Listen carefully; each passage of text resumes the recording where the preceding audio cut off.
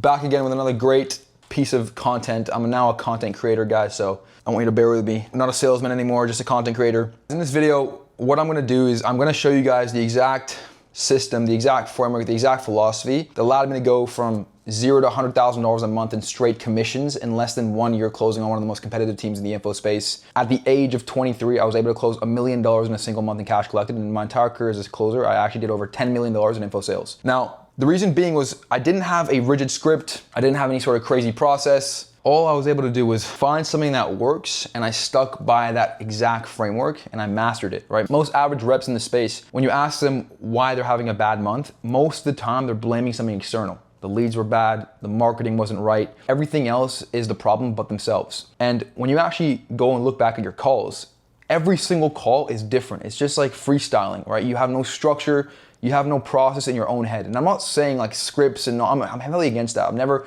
read off a script in my entire career, ever. However, what I want people to know is your brain should be the script. You should have a script in your brain that you know exactly what to say, how to say it, what to ask, what not to ask, and how to actually go through a sales call in the most efficient way. Now, what a sales system actually is, it's just decisions made on a call so that you're not making them under pressure on a live call, right? Like I said, not a script that you're reading robotically, it's just something that you know you have to go through on a call, but it comes as second nature to you while you're basically running a call. Now, when I first started my career, I learned off the best people in the space, like seasoned veterans, people who've closed over $100 million in the ad tech space, selling B2B huge deals. And I actually learned the best systems from other spaces, and I basically integrated it all into the B2C info space. Now, one of my first mentors, his name is Devante, most of you guys know who he is. One of the things he taught me was the checkpoint system. The best way I like to describe the checkpoint system, and the best way everybody should be going through discovery on a call, is by actually just being able to go through a discovery like you're playing a video game, right? So think about when you play a video game, you're going through different levels, and you have to get to one level, you have to get past a certain checkpoint, and you can't get to a checkpoint without completing the first one. So the same way is exactly how I like to run my discoveries. Every single part of a call, I'm going in my own head, and I'm not going to the next part until I actually get the information I'm looking for. The biggest thing that I actually notice on calls, and the thing that allowed me to close so many deals and actually have such good discoveries with people, is the start of the call, right? And actually giving people the ability to say no. So most salespeople at the start of every call, they like to kind of pressure in someone to make a decision, yes or no, right? The way I like to run my discovery calls is at the start of every single call, the frame is always emphasizing the ability that this person can say no. So the way I structure these calls, all I'm gonna do on this call is ask a few questions, just get to know yourself a little better. Just figure out like why we're on this call, what you're looking to get out of this. Main thing for me, just see if we can help you, right? For me, that's the most important thing.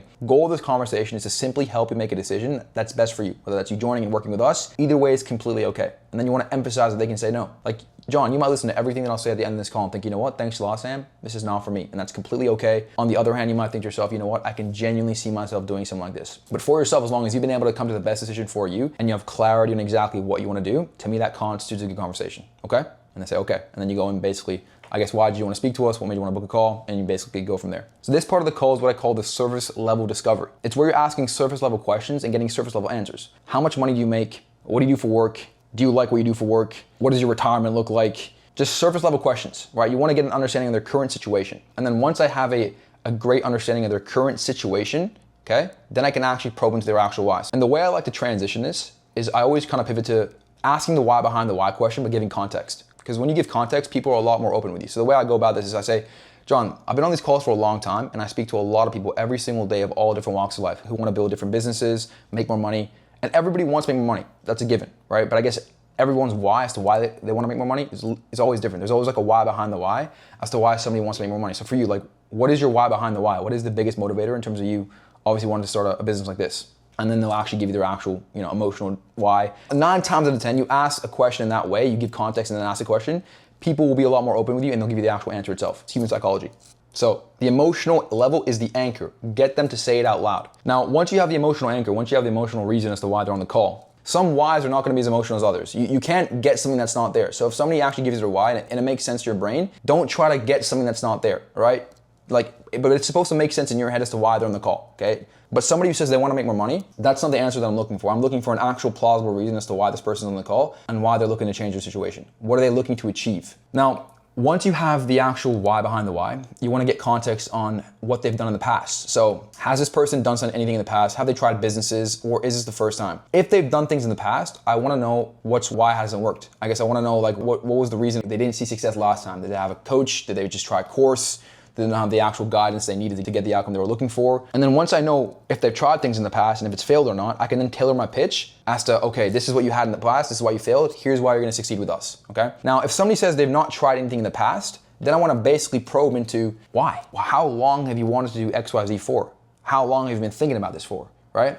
And then most people will obviously give you the answer as to how long they've been thinking about it for. And then if somebody tells me like, you know, it's not been a long time, I always say like, John, I can't imagine that you rolled out of bed yesterday and thought that, hey, I want to start an online business. I guess this must have been something that you actually thought about before, right? The biggest mistake I see a lot of sales reps make here is they don't get this early in the call. And then when they get to the end of the call, it comes out as a smoke screen and you can't actually handle the objection because you didn't get context earlier on in the call. So once I have clarity on like what they've tried in the past and why it hasn't worked out, then I can move on accordingly. But some people obviously haven't tried anything. They're newbies, they're newcomers. This is my favorite type of lead, somebody who's never tried anything before, because now I can actually ask them and I can hold them to account as to why they haven't done anything in the past. So the question I'm gonna ask is obviously, how long have you been thinking about doing X, Y, Z for?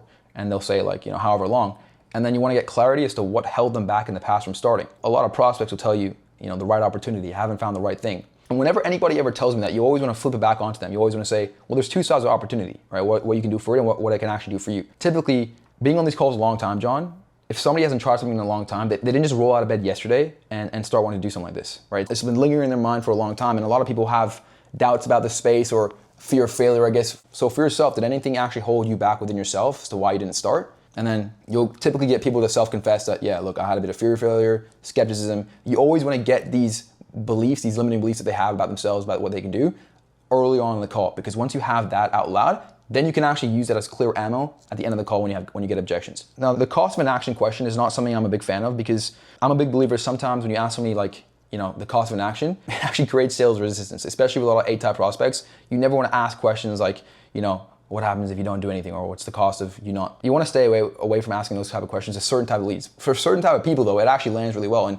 on a call, you have to gauge the energy and kind of feel and trust your instincts as to if this is the right person that you can ask that question to. Because if it's the right person that you can ask that question to, like, it is a very powerful question to ask. But if you ask to the wrong person, obviously, you know, it can build sales resistance. Now that I have context on what they've tried in the past or what they haven't tried, why they haven't tried it, I want to get their desired outcome. What is this person looking to do with this business model? Where are they looking to be? So once you get context, you want to obviously get their current situation, their desired outcome. And then once you have the desired outcome, then you want to ask if it's right or wrong, the actual cost of not taking action. But yeah, guys, so once you actually get clarity on those two questions, both paths get you to the same place. The real resistance underneath, okay? That's what you need. You need friction. The biggest thing, and this is like one of my biggest philosophies, is self-confessions, okay? If you get self-confessions on calls where people are, you know, confessing that they're not where they want to be, they're not happy with their situation, or just confiding in you, that is when you have someone in the best position to actually close them. That is the biggest bullet you have on a call, is when somebody self-confesses. The most powerful moment in discovery is when your prospect says out loud what's really going on. You're not putting words in their mouth, you're asking the right questions until they arrive there themselves. Okay, once they said it out loud, it becomes real to them. And then you can go straight back into it at the close, right? Discovery is all about getting ammo, okay? Getting ammo so that at the end of the call, you're not empty-handed. It's like going to war naked, right? I always say this. It's like, if you have nothing in discovery, you can't handle objections, right? If you're going to war naked, you're literally gonna get annihilated. It's the exact same way. It's a funny analogy, but it's the way I like to think. So getting the proper ammo in discovery is incredibly pivotal because it allows you to actually handle objections accordingly. This is why I'm able to handle objections in the best way, because I actually have the right ammo I need so that at the end of the call, I can just hold up a mirror against this person and say, hey, look, this is not congruent with what you told me, man. Like, you're literally just contradicting everything you told me in the call. Now, with some people, you're not gonna get like the craziest whys, you're not gonna get the most emotional drivers, and you're gonna get some A-type prospects, and it's very, very pivotal. And it's very, very important to understand who you're speaking to. The biggest asset that I was able to develop in my sales career, the person that I'm speaking to, I understood the avatar that I'm talking to, okay? I understood if this is a higher level guy who needs more sophistication. I understood if this is a more emotional person who needs a more emotional close, who needs some tough love. But it's so important to understand who you're speaking to, because once you understand who you're speaking to, you will take every single sales call and handle them accordingly. And once you're able to handle everything accordingly, that is when you close the most deals. You might not even close in the first call, but whether you close them on a follow-up is basically how you handle the call in the first call. And a lot of people, they're not gonna close in the first call, right? That's a given. People will tell you like any call is closable in the first call. That's not sales, okay? Some people are buyers, but their buying process takes longer. And it's up to you to identify who that person is and who has to close in the first call. Because some people, if they don't close in the first call and you book follow-ups with them, they ghost and they're gone forever. And I know most average sales reps do this, because this is the biggest reason why they don't close calls, is because they book follow-ups. They try to follow up with the wrong people. And when you follow up with the wrong people, you're not gonna get the outcome that you're looking for. There's been many times where I get prospects who literally tell me on the call, like, no matter what questions you ask, their life seems great. Like, they're making good money, they're where they wanna be. And with these type of people, you always wanna lean out. You always wanna like just question why they're even here. So when somebody's just giving me like answers and everything doesn't align, it's not aligning, because anybody who gets on a sales call, there's a problem. Like, that's the one thing I want people to understand is nobody goes through a funnel, watches marketing, gets on a call, shows up, and they don't have a problem. If your life is fantastic, best believe you're not getting on a sales call. So with people who just seem like everything is great, you know those are the people that there's something underneath, right? And this is when you want to lean out, because a lot of sales reps, they'll lean more in, right? They want to probe more. But for people who are just giving you the most like answers that just don't make sense, you want to completely lean out, right? So I'd say something like, it sounds like you're actually pretty comfortable where you're at, which is amazing, right? So why not just stay comfortable like most people do? Why not just keep doing exactly what you're doing? Because it seems like everything that you're doing is working out great and you're where you want to be, right? And then once you lean out, then they pull back in. Most people, once you show that you're detached and you don't need a sale, because again, leaning out is one of the first laws of actually being detached. You need to lean out more on calls. And once you start leaning out, people will actually lean back in. It's funny how it works, but it's true. Like, leaning out is one of the most powerful tools that you have in your arsenal as a salesperson. But a lot of people are afraid to lean out because they don't want to lose the deal. And when you're afraid to lean out, that's commission breath, okay? The first law of losing commission breath is being completely detached. And when you're completely detached, you don't care about leaning out or not. And I've leaned out on so many calls, and I've literally just closed deals because I leaned out. I leaned the fuck out. Objection handling is a funny term, right? It's literally just talking to human and getting to the truth. Stop overcomplicating it. You don't need to go down some crazy word track with some weird tonality when you're objection handling, okay? That is not what you do. Objection handling is just literally understanding the true reason why this person does not want to move forward. Once you understand the truth, then you can isolate the truth, and then you can basically use everything they told you on the call at them, and 9 times out of 10, actually 9.9 times out of 10, people will pay once you do that, okay? When it's efficient, when it makes sense, when you speak with conviction, and you actually understand why this person doesn't want to move forward, then you have in the best buying position possible. These same objections come up on every call. The person who already knows what they're gonna say before the objection comes out always wins the moment. So things like, I need to think about it, I need to talk to my wife, it's too expensive, let me do some more research. These are all smoke screens. Whenever somebody ever tells you that, most of the time, that's not the actual reason as to why they don't want to move forward. Like, nobody wants to think about something that could potentially change their life, okay? So when somebody says, I need to think about it, it's probably a money issue, right? They don't know if they want to invest. And then you got to reframe it as like, this is not a cost, this is an investment. You're doing this to make money. You're not just doing this to have a little walk in the park. You are doing this to make money at the end of the day. So the 3 rules of objection handling, okay? This is www.samimphilosophy.com. Get curious, not defensive, okay? Whenever somebody gives you an objection, the first thing that you want to do, no worries at all, man. You can think about it. You can think about it however long you want. I guess the biggest thing for me, man, before you even go away and think about it, right? Do you genuinely see the value in what we're doing? Yes or no, okay? And then somebody's going to say yes. And then once they say yes, then you can actually ask the simple question. So for you, what is the biggest thing that you want to think about? Okay, you want to be just in a very curious manner, just like, what do you actually want to think about? Like, what's coming up for you? And then, then you can basically start getting to the truth as fast as possible. The thing about objection handling is always get micro yeses. So whenever you ask a question, finish it off with yes or no. What I've seen, 3 micro yeses get you to the big yes. So do you see the value? Yes or no? Are you fully committed to doing this? Yes or no? Okay, and then basically then you have the close. Never rush to fight an objection. The second it comes out, I need to think about it. It's not an objection, it's a smoke screen, typically, right? Sit in the pocket, find out what's actually going on. You can never be in a stage where you're trying to convince. You can make anyone do something they don't actually want to do. So if somebody genuinely tells me on a call, I don't know if I see the value, or they're giving me like language that doesn't seem like they actually want to do it, at that point I've done my job, right? If I pitch somebody and they don't see the value in it, why the fuck would I just go and then try to convince? That just makes me come across as a sleazy salesperson that nobody likes. If somebody tells me they don't see the value in it, great, I did my job, I pitched it didn't make sense for you, on to the next, right? But a lot of people, they want to convince, they want to persuade. In sales, once you get into that habit of convincing and persuading people, like, you're not going to attract good leads. Your energy on calls is going to come across the person who's so detached, and you need the sale. I don't need the sale. Like I said, I wake up tomorrow morning, I'm still handsome, I'm still who I am. I'm still going to wake up tomorrow the exact same way, and nothing is going to change, whether this person pays or not, right? So if somebody tells me they don't see the value in it, then yeah, fuck off. But if they see the value in it, and it's something they actually want to do, then you can actually get to the truth and then shank them. So number 2, their words, not yours. People trust their own conclusions more than they trust yours, all right? Put their exact words back in front of them. So mirror exactly what they told you. They want XYZ outcome, but they're not willing to do, what they said they would want to do at the start of the call to get XYZ outcome. They're not willing to actually take action and break bad habits they've had that's led them in this position in the first place. So always use their words against them, because once you basically use their words against them, like, you're making them feel a little bit silly. And I always like to make people feel a little bit silly when it comes to the end of the call. When they gave me everything that I need for them to close and they still don't close, like, I just make them feel a little bit silly, right? And when you make someone feel a bit silly, they almost want to just buy just to come across as not silly. The biggest thing here is you're not convincing them, you're just holding up a mirror, right? You're showing them exactly, you said this, and you're doing the exact same thing that's got you to where you are right now, which is not where you want to be. And I'm just gonna say that bluntly, because that's how you gotta be with prospects. You gotta just be a little bit like you're speaking to your younger brother, give them some tough love, right? That's the kind of frame that you want to take on calls. Now, the third rule is no ammo, no handle. So in the discovery, if you were collecting surface level answers and you weren't getting the information that you need to handle objections, you have no leverage at the end of the call. And this is why I see a lot of sales reps, they can't close deals because they don't get relevant information at the start of a call, and they have no legs to stand on at the end of the call. And so, like I said, I always get into every single call thinking this person is gonna have objections, because I'm a big believer in that no matter how good your discovery is, no matter what questions you ask, no matter if you do a 30-minute therapy session where they go into their whole life story and they give you every single thing that you need, that person still is probably not gonna close, right? Every single person, whether you have a great discovery or not, has an objection at the end, right? Some people don't, and you might have a shit discovery with them and they still might pay without you having a good discovery.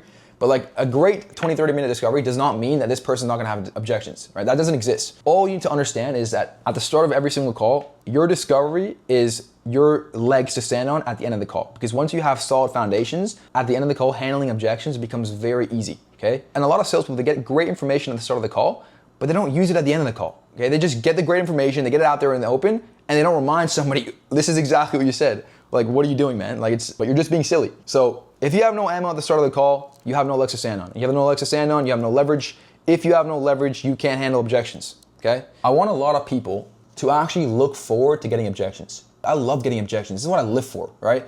I don't live for the deals that are laydowns who just want to give me money.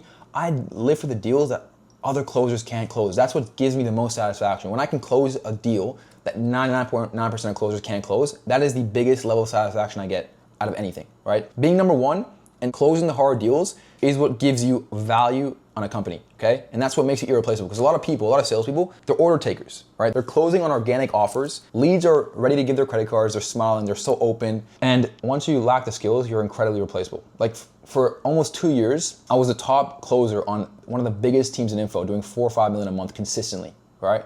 Only 2 months I wasn't the top closer, and that was the first 2 months I joined. Okay, and after that, every single month on month, I was a top closer. Why? Because I actually understood what sales was to a core. Why? Because I was closing the deals that others could not close, and I was working 10 times harder than anybody else. Even when I was first, month on month, nobody would work harder than me. So anybody who gives you the fallacy that you can be number one with not as much effort, number one is always taking the most calls. Sales is a numbers game. That's it. If you have the genuine aspiration to be number one and to be the top biller and to be the guy that everyone looks to, then you have to work the hardest. You have to lead by example, not just about how you take calls, but your work ethic as well. That's incredibly important. But just going back to it, like I said, no ammo, no handle. If you got nothing in discovery, you can't handle objections, okay? Discovery and objection handling are the same thing. What you do at the start of the call determines what you can do at the end of it. My favorite one is like, when somebody tells me like, I feel like you're pressuring me. And the best way that I like to reframe, when somebody tells me that I'm pressuring them is, John, I don't want you to feel like I'm pressuring you whatsoever. If you feel that way, then I don't even want you to do this. But you're telling me that you want an X outcome for how long? And maybe you're feeling pressured because you know it's the right thing to do. Maybe you feel like you're pressured right now because deep down within yourself, you know that you actually have to do this to actually get the outcome that you're looking for. And then obviously, once you reframe it like that, typically you'll get a really positive response on whatever someone's saying. Commission breath. We spoke about this before. Commission breath is when you need the sale and the prospect can smell it. The second you need the sale, you lose complete frame. You start pushing, you get desperate, everything falls apart, okay? But the mindset to have that is it's just simple. Like, whether this person pays or not, it doesn't affect your life, okay? You're gonna wake up tomorrow the exact same person, okay? With the exact same aspirations, with the exact same dreams, with the exact same motivations.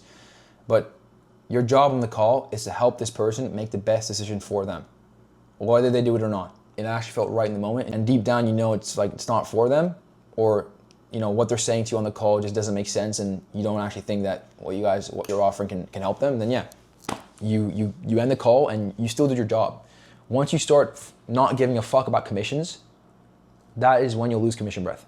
And the biggest thing about commission breath, and the reason and just having delusional self-belief about yourself, okay? Thinking that anything that you touch will turn into gold. Having a mindset of abundance. If not this person, the next. I'm still gonna have a calendar. I'm still gonna have leads come on my calendar. And if this person pays, I'll get the next one. Having that mindset is going to allow you to make so much more money compared to like, oh, my close rate is this. If I don't close this person, my close rate's gonna go down. Fuck all that. I never looked at my close rate once in my career. And I was fucking top biller every single month. I didn't give a shit about that. When you're collecting cash, everything else falls into place. Start focusing on just getting to the truth and getting the outcome that you need on calls. Everything else will fall into place. Now, once you've gone through all that, and then you have the reloop, okay? Don't be afraid to reloop. You're not gonna have to sell them in every call more than once. Reloop, reloop, reloop. Don't apologize for it. The only time you stop is when somebody is giving you so many pushbacks and it's clear they're just a tire kicker or you're actually, losing the deal. What I mean by this is a lot of sales reps are afraid to sit in the pocket. And this is the biggest thing about being comfortable, being uncomfortable. There's been calls that I've had where I've asked for the sale like 5 or 6 times, not out of a place of desperation, but out of a place of, okay, like I'm trying to help you as much as I can. I have the best intentions for you. And what you're saying to me just doesn't make sense. And you can only reloop with somebody so many times once you have solid discovery, once you have actual, credible information. But, asking for the sale 4 or 5 times, if you don't ask, you will not receive. It's like one of the foundational laws of life. If you don't ask for what you want in your life, you're not gonna get it, okay? This doesn't just apply to sales, it just applies to everything in life. So ask for the sale. Don't be afraid to sit in the pocket and just reloop and reframe. And the psychology of relooping and asking for the sale is not because you're hungry for the sale, you're asking out of it for desperation. It's just because you have leverage. You're in control of the call. And this person is either going to pay on this call or they're gonna leave this call feeling like they made the worst mistake of their life. That is exactly how you wanna treat people who are, you have great information on and they still don't close the end of the call. And some people, once you make them feel a little bit silly for not closing, just to prove a point, they'll even close. Like I've had people that literally closed just because I told them like, you're not gonna do it. Like you're not gonna make it, and they end up just fucking paying. Like it's funny, but it's true, right? And you don't want to come across in a way where, again, it's desperate. Like you're doing this for this person's best interest. This person has told you they have X problem and you have X solution and they want X solution. So it's out of a place that you have the solution to this person's problem. Give them the best chance of being able to see success with it. So how systems actually compound. 1 month of running real systems will not be a big difference in what you're doing right now, okay? But across 6 months, a year, a whole career, the gap becomes massive, okay? With a system, you see exactly where prospects drop off, you see which responses land, and you can identify what is wrong and fix it. Bad months have a reason, okay? Without a system, every bad month is a mystery, no idea what happened, just keep blaming the leads, okay? So this is actually a big thing I want to touch on as well. In sales, you will have bad months. Okay, and sometimes some things are out of your control. But the biggest thing about sales is not ever blaming external factors. Okay, it's like, even though it might be true, when you blame external factors, you immediately get comfortable and you're waiting for other things to fall into place so that you can actually start making more money. When you take control of your own situation, when you take control of your actual situation right now, and you start doing the unscalable things to scale, you start doing things that others wouldn't do, that is when naturally you will start making more money, okay? Small improvements across hundreds of calls. That's exactly what separates the people making real money from the people that are just average and not able to break past 10, 15K a month. That simple. The systems compound, the data you collect from running the same process every call is worth more than any single close. When I found what works, I was running the same process every single call and I mastered it. Nobody was better than me at that exact thing that I was trying to do. And it's because I did it over and over and over again. Repetition is what will make you a master. You can't become a master at anything without repeating the same thing. That's why all these word tracks, all these reframes that I say, this whole process is second nature to my brain because I've done it hundreds of thousands of times. For 2 years straight, I worked 14 hours a day, right? And people can say one thing about talent. Talent's important. You have to be good at sales. But again, when you are just obsessed with getting the outcome that you're looking for, that is when you'll make the most amount of money. Obsession beats talent every single day. And the follow-up is also incredibly important. Like I said before, guys, not every deal is gonna close in the first call. It's important to not be sending 14,000 text messages to somebody you're following up with. Again, come across as somebody who doesn't care if they pay or not, and people will naturally want to, follow up with you and pay. Because if somebody's gonna buy, they're gonna buy. And there's nothing you can say, nothing you can text that's gonna change anything, right? So the least you can do is actually just don't give a fuck.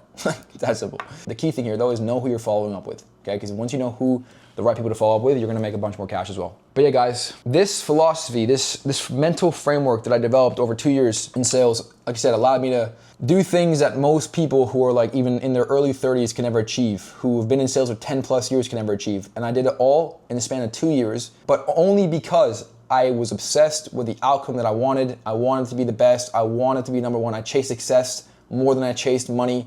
I chased skills more than I chased money. And once you chase skills and success more than you value money, money is a byproduct. Money will just follow. I hope you guys took some value out of that video, and I'll catch you in the next one. Peace.